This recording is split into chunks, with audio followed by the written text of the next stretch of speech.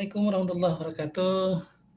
Teman-teman seluruh Indonesia, alhamdulillah tanggal 2 Mei 2024, tepatnya pukul 14 waktu Indonesia Barat, telah dilakukan launching pendaftaran beasiswa pendidikan di Indonesia tahun 2024. Adapun lini masa yang perlu teman-teman ketahui, baik beasiswa luar negeri maupun dalam negeri. Untuk luar negeri, itu pendaftaran sama-sama sudah di-launching dari tanggal 2 Mei. Kemudian penutupan pendaftaran untuk luar negeri itu tanggal 31 Mei 2024. Kemudian ada seleksi administrasi dan wawancara yaitu pada Juni, nanti tanggal akan dikonfirmasi kembali oleh panitia. Kemudian pada bulan Juli akan dilakukan penetapan penerima dan registrasi ulang. Kemudian pada Agustus nanti akan ada pembekalan studi bagi teman-teman yang akan mengambil studi kampus luar negeri. Berbeda halnya dengan teman-teman yang akan mengambil studi di kampus dalam negeri, yaitu sama-sama pendaftarannya sudah bisa dimulai tanggal 2 Mei, tepatnya di Hari Pendidikan Nasional. Kemudian kapan penutupan pendaftaran? Agak lebih maju 15 hari, yaitu 15 Juni 2024. Artinya masa pendaftaran kampus dalam negeri itu lebih sedikit dibandingkan pendaftaran kampus luar negeri, yaitu ada penambahannya 15 hari, tepatnya 15 Juni itu terakhir. Biasanya 23.59.00 itu sudah ditutup. Jadi teman-teman jangan mendaftar di tanggal 15 tersebut. Artinya harus telah disubmit semuanya itu sebelum tanggal 15, minimal 3 hari sebelum 15 Juni. Itu harapannya ya. Kemudian ada seleksi administrasi itu bulan Juli. Kemudian pada Agustus itu akan ada sinkronisasi data dengan perguruan tinggi dan seleksi wawancara. Jadi siap-siap seleksi wawancara nanti pada bulan Agustus. Kemudian baru bulan 9 nanti penetapan penerima dan realisasi ulang untuk pembekalan studi, yaitu bulan September. Tanggalnya akan diinformasikan di kemudian hari. Nah, teman-teman semuanya, jadi berbicara beasiswa pendidikan Indonesia, ini teman-teman harus mengetahui bahwa beasiswa pendidikan Indonesia 2024 ini memiliki skema yang sangat banyak. Nah, ini ada skema beasiswa D4, S1, ada S2, ada S3. Nah, ini untuk S1 aja, ada untuk calon guru SMK, ada untuk pelaku budaya dalam negeri, ada beasiswa Indonesia Maju, ada S1 pendidikan guru sekolah dasar, dan ada S1 PJOK dalam negeri. S2 juga demikian, ini banyak, dan juga S3. Nah, teman-teman semuanya, setelah Anda membuka tautan beasiswa kemendikbud.go.id, Anda akan klik pada menu pendaftaran. Klik pada menu tata cara pendaftaran. Sini akan muncul tata cara pendaftaran. Yang perlu Anda ketahui adalah alur pendaftaran beasiswa pendidikan Indonesia. Yang pertama adalah calon peserta beasiswa mengunjungi website beasiswa kemendikbud.go.id, kemudian klik menu daftar bagi yang belum memiliki akun. Artinya bisa kemungkinan teman-teman yang sudah memiliki akun tahun sebelumnya yang mungkin tidak rezeki menunda pendidikannya, hari ini 2024 sudah di-launching kembali dan bisa digunakan akun tersebut. Karena di akun tersebut memiliki nomor NIK teman-teman. Kemudian lengkapi formulir pendaftaran, artinya masukkan data yang benar lalu klik daftar. Kemudian yang kelima, cek email Anda untuk aktivasi akun. Kemudian selanjutnya yang keenam, Selesai aktivasi, lalu login ke link beasiswa kemendikbud.go.id untuk melakukan pendaftaran beasiswa. Yang ketujuh, lengkapi formulir registrasi beasiswa. Jadi pastikan teman-teman data sudah benar dan ukuran file itu maksimal 2 MB. Kemudian yang ke-8, submit data dan cetak kartu pendaftaran beasiswa. Nah, lalu berdoa menurut keyakinan masing-masing, tunggu informasi pengumuman, mudah-mudahan kita lolos semuanya. Nah, teman-teman semuanya, jadi setelah Anda melakukan klik menu data pendaftaran, lalu klik pendaftaran peserta. Nah, nanti akan muncul ini. Isikan di sini username Anda, nick, kemudian password, kemudian captcha ini, kemudian jumlahkan captcha ini. Lalu klik daftar di sini. Oke, sebentar saya berbagi PowerPoint supaya lebih mudah.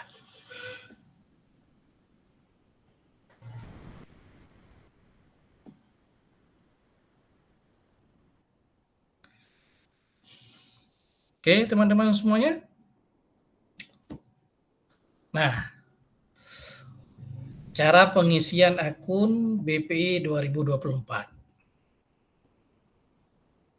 Yang pertama tadi sudah kita sampaikan, login dengan menggunakan email, klik pada daftar, menu pendaftar, lalu masukkan nick Anda di sini. 16 digit. Kemudian passwordnya apa yang mudah diingat, kemudian jumlahkan captcha di sini, lalu klik daftar di sini. Kemudian setelah klik daftar, nanti akan muncul menu pendaftaran seperti ini. Jadi gunakan nama lengkap sesuai dengan nama yang tercantum pada PD Dikti, NIDN ataupun NIM, NISN ataupun NIPK khusus Dapodik, ya. Nah, jadi tulislah nama lengkap di sini, nomor NIK Anda, alamat email, kemudian ketik kembali email, konfirmasi email, tempat lahir, tanggal lahir, password dan konfirmasi password. Kemudian pendidikan terakhir atau latar belakang pendidikan apa. Kemudian jumlahkan captcha ini, lalu klik daftar. Nah, setelah Anda klik daftar ini, maka nanti Anda akan menerima aktivasi di email. Setelah menerima, klik link aktivasi dan akan diarahkan ke halaman ini, halaman login. Nah, Anda tidak boleh lupa password yang Anda login tadi. Sedangkan ini tetap Anda isi nomor NIK Anda, password, lalu jumlahkan captcha ini. Kemudian baru klik sign in. Selanjutnya, nanti akan diarahkan ke menu ini. Silakan Anda isi nick tadi. Nah, kalau masih memang tidak terisi otomatis, kalau biasanya sudah terisi langsung otomatis. Kemudian jenjang apa, S2 atau S3, sini pilih nanti ya, di sini Anda klik di sini langsung pilih. Sesuai Anda pilih apakah S1, S2 ataupun S3. Kemudian jenis beasiswa, kalau misalnya dosen, pendidikan dosen misalnya dalam negeri, kemudian perkuliahan untuk kapan, apa batch 1 2024 nanti akan muncul nih, negara tujuan Indonesia pasti. Kemudian pilih program studi. Nah, nanti program studi Anda bisa lihat di list program studi yang ada di halaman utama tadi. Kemudian selanjutnya Anda akan diarahkan kemari di berkas beasiswa. Berkas beasiswa, silakan mungkin sudah terisi nick-nya secara otomatis, nomor pendaftaran, jenjang pendidikan S3 atau S2 atau S1 mungkin. Kemudian nanti sini akan muncul juga dosen perguruan tinggi akademik kalau bagi yang S3. Nah, kemudian Pertanyaannya sedang menempuh perkuliahan. Kalau memang belum, berarti tidak. Masa perkuliahan ini Anda silakan isi di sini misalnya September tanggal berapa, biasanya September awal mula ataupun pertengahan Agustus. Kemudian untuk perkuliahan periode, silakan ini untuk PET 1, negara tujuan. Program studi ini akan muncul karena tadi udah ada pilihan tadi di awal. Kemudian status, kalau dosen ya dosen, kalau tenaga pendidik ya silakan menurut status Anda. Kemudian kalau memang dosen Anda akan diminta NIDN di sini. Kemudian nomor pendaftaran PT. Nah, ini teman-teman. Ini wajib kan selain ongoing, artinya Anda nomor ini baru bisa Anda isi apabila Anda sudah mendapatkan LOA. Nah, LOA itu kan Anda harus mendapatkan dengan cara mendaftar di kampus tujuan masing-masing yang akan Anda tuju. Apabila Anda belum mendapatkan LOA, jadi otomatis nomor pendaftaran PT ini Anda tidak bisa mengisi, ya tidak bisa mengisi asal-asalan. Kemudian apakah Anda difabel? Kalau difabel ya silakan ya, kalau tidak ya tidak. Kemudian lulusan tanpa riset, ya silakan tidak, karena memang kita semuanya membutuhkan riset. Nah, kemudian selanjutnya setelah klik simpan, Anda diarahkan kemari. Nah, di sini nama lengkap, nik, jenis kelamin, tempat tanggal lahir, kemudian nomor telepon, alamat email, kemudian alamat sesuai KTP yang benar, kemudian nama panggilan siapa, nik PD Dikti artinya sama, nik ini tentu sama dia antara nik yang sebenarnya dan nik PD Dikti sama kita. Kemudian status pernikahan apa, silakan Anda pilih nanti, keluar tanggal lahir, nomor WhatsApp. Nah, setelah itu Anda akan klik simpan. Sebentar, masih ada. Kemudian akan diarahkan ke kabupaten apa di mana, alamat domisili, kemudian kode posnya apa, silakan diisi. Kode pos domisili saya pikir sama dengan ini kecuali Anda berbeda tempat domisili dan alamat sesuai KTP. Nah, kemudian pekerjaan, kebetulan saya itu dosen, jadi saya mengisi dosen. Kemudian instansi saya universitas, kemudian kabupaten, kemudian media sosial, silakan Anda isi akun media sosial. Nah, silakan isi apakah kalau ada Facebook, silakan, Instagram, silakan. Nanti setelah itu silakan Anda klik selesai. Simpan maksudnya.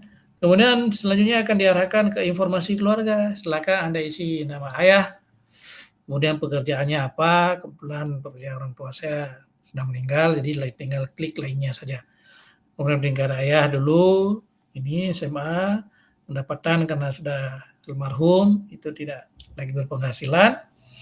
Ibu juga demikian, nama ibu, karena berdua emang dua-duanya sudah almarhum, maka pekerjaan ibu lainnya saja. Pendidikan ibu dulu SMA. Nah, kemudian pendapatan itu tidak ada karena memang sudah tidak ada lagi.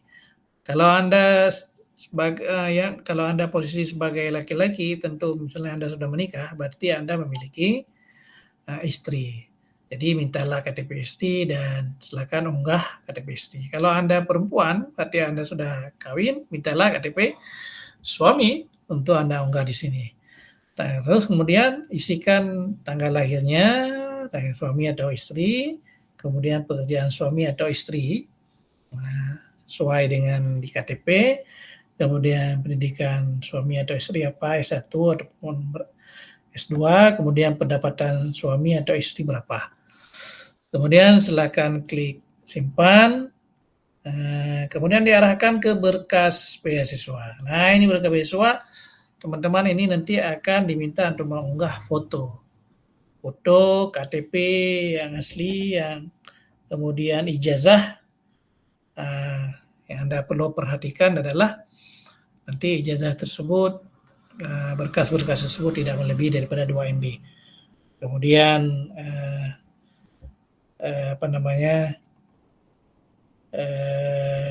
surat keterangan. Nah, surat keterangan sehat bebas narkoba ini sebagaimana di panduan itu diharapkan minimal 6 bulan ke belakang. Artinya kalau hari ini bulan 5, itu minimal pada bulan Januari lah, ya. Nah, dilihat di panduan, kemudian surat pernyataan bersedia dibebas tugaskan ini dari instansi Anda, kemudian tulis esai, kemudian sertifikat kalau ada, kalau memang calon guru, dan kalau dosen nanti akan ada perbedaannya. Kemudian setelah klik simpan, Anda diarahkan ke riwayat pendidikan. Nah, kalau riwayat pendidikan kebetulan kami memilih jalur dosen, jadi sudah sampai ke S2, isi dari SD, kapan selesai, tahun masuk, tahun lulus, kemudian SMP, tahun keluar, tahun lulus, SMA, tahun masuk dan tahun lulus, begitu juga S1, S2. Nah, kemudian nama sekolah atau perguruan tingginya apa, kemudian bidang studinya apa. Nah, kemudian kalau Anda tidak ingat lagi nilai, silakan cek kembali SD dulu di ijazah nilainya berapa, SMP berapa, SMA berapa, dan nilai di S1 berapa. Kalau sudah selesai S2 nilainya berapa. Nah, tentu kadang kita sudah lupa dengan nilai-nilai tersebut, silakan dibuka-buka dokumennya kembali. Kemudian klik simpan, diarahkan ke riwayat pekerjaan. Silakan teman-teman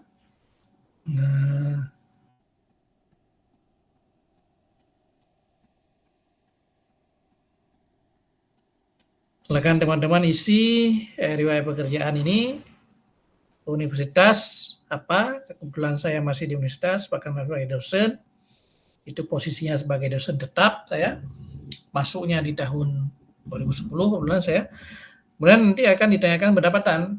Nah, kalau Anda belum keluar di sini kan nggak usah isi tahun keluarnya, pendapatannya kalau misalnya Anda pendapatannya 2 juta silakan isi 2 juta, kalau pendapatannya 5 juta silakan isi menurut pendapatan yang Anda terima setiap bulan dari universitas atau di tempat kerja Anda. Kemudian selanjutnya setelah Anda mengklik simpan, kemudian akan diarahkan ke bahasa. Nah, yang perlu Anda ketahui teman-teman semuanya, untuk jalur luar negeri itu ada persyaratan bahasa, ada sertifikat TOEFL yang dikeluarkan dari lembaga yang resmi. Sedangkan untuk dalam negeri ini tidak disyaratkan jumlah nilai TOEFL. Namun sebaiknya Anda memiliki sertifikat TOEFL yang masih terbaru minimal dalam kurun waktu 2024 ini. Masalah skor nilai ini tidak ada tidak ada penetapan berapa jumlah skor yang harus didapatkan oleh calon penerima untuk dalam negeri. Kemudian nanti isikan tahun sertifikatnya, masa berlaku berarti 1 tahun. Nah, kemudian selanjutnya Anda akan diarahkan setelah Anda klik simpan, akan diarahkan ke pengalaman organisasi.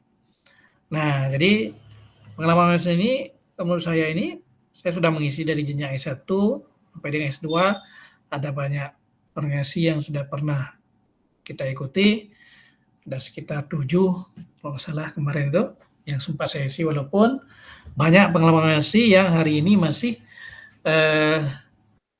menjadi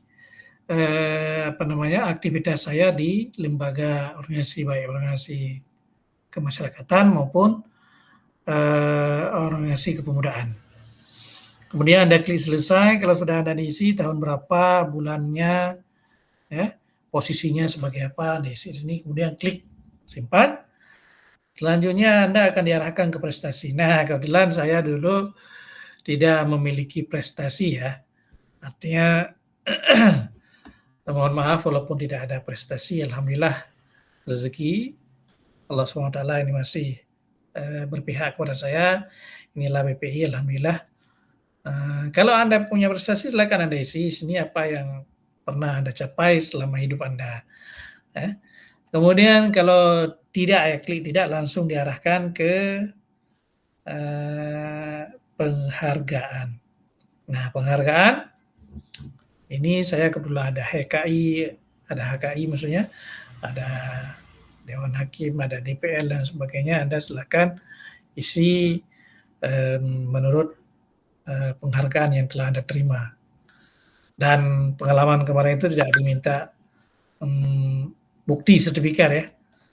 Nah, alhamdulillah. Kemudian selanjutnya Anda akan diarahkan ke pengalaman pelatihan workshop ya. Kalau Anda sudah pernah memiliki, pasti Anda pernah mengikutinya, karena selama ini kan kebanyakan webinar. Jadi pasti Anda pernah mengikuti dan pernah mendapatkan sertifikat. Jadi usahakan isi yang dalam 2 tahun terakhir ini ya. 2 tahun terakhir ini, jadi silakan Anda isi, update, jangan mengisi pengalaman pelatihan yang 5 tahun ke belakang. Karena ini akan menentukan pada penulisan esai nanti.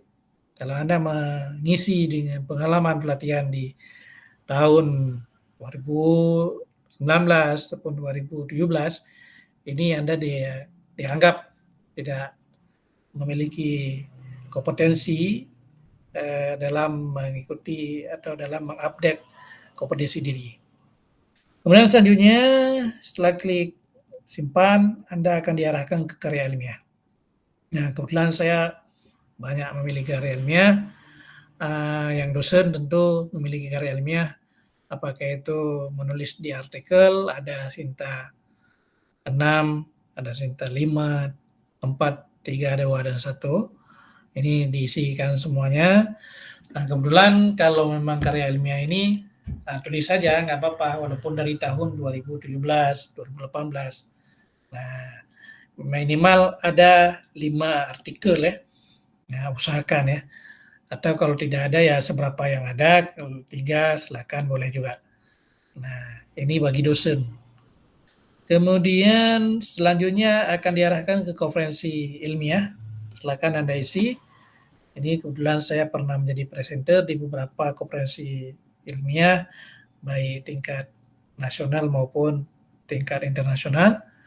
Bagi Anda dosen yang sudah pernah mengikuti konferensi internasional, silakan mengisi sebagai apa, sebagai peserta kah, ataupun sebagai pembicara. Kemudian selanjutnya Anda akan diarahkan ke pengalaman riset. Kemudian ini riset kebetulan kita di kampus pernah memenangkan hibah. Ini kebetulan saya mengisinya sejak 2014 sampai dengan 2023 memenangkan beberapa kali hibah dari Kemendikbudristek-Dikti. Kemudian setelah klik selesai ataupun simpan, nanti Anda akan diarahkan ke konfirmasi berkas, teman-teman. Nah, ini kebetulan di sini walaupun ada keluar belum lengkap, ini sudah lengkap, punya tahun kemarin. Silakan Anda cetak kartu. Nah, nanti akan keluar seperti ini kartunya, ya teman-teman. Nah, akan keluar seperti ini. Nah, itu sekilas teman-teman, setelah keluar kartu ini silakan disimpan, nanti akan ada informasi di website atau di akun masing-masing, silakan dipantau terus akunnya setelah tanggal 16 Juni tentunya ya. Nah, menurut lini masa yang telah kita sampaikan tadi. Nah, itu saja yang bisa kami sampaikan pada kesempatan ini. Tunggu kembali ada episode kedua, yaitu bagaimana tata cara menulis esai. Nanti akan kita sampaikan di channel ini. Silakan Anda klik subscribe dan tanda lonceng dengan mencentrang like masing-masing di akun masing-masing. Mudah-mudahan akan dapat membantu bagaimana cara Anda untuk mengisi akun BPI ini. Dan mudah-mudahan semuanya akan diterima dan mendapatkan formasi khusus bagi Anda untuk melanjutkan studi baik di S1, S2 maupun S3, baik dalam negeri maupun luar negeri. Tunggu kami selanjutnya untuk membedah bagaimana cara menulis esai yang benar. Terima kasih. Assalamualaikum warahmatullahi wabarakatuh.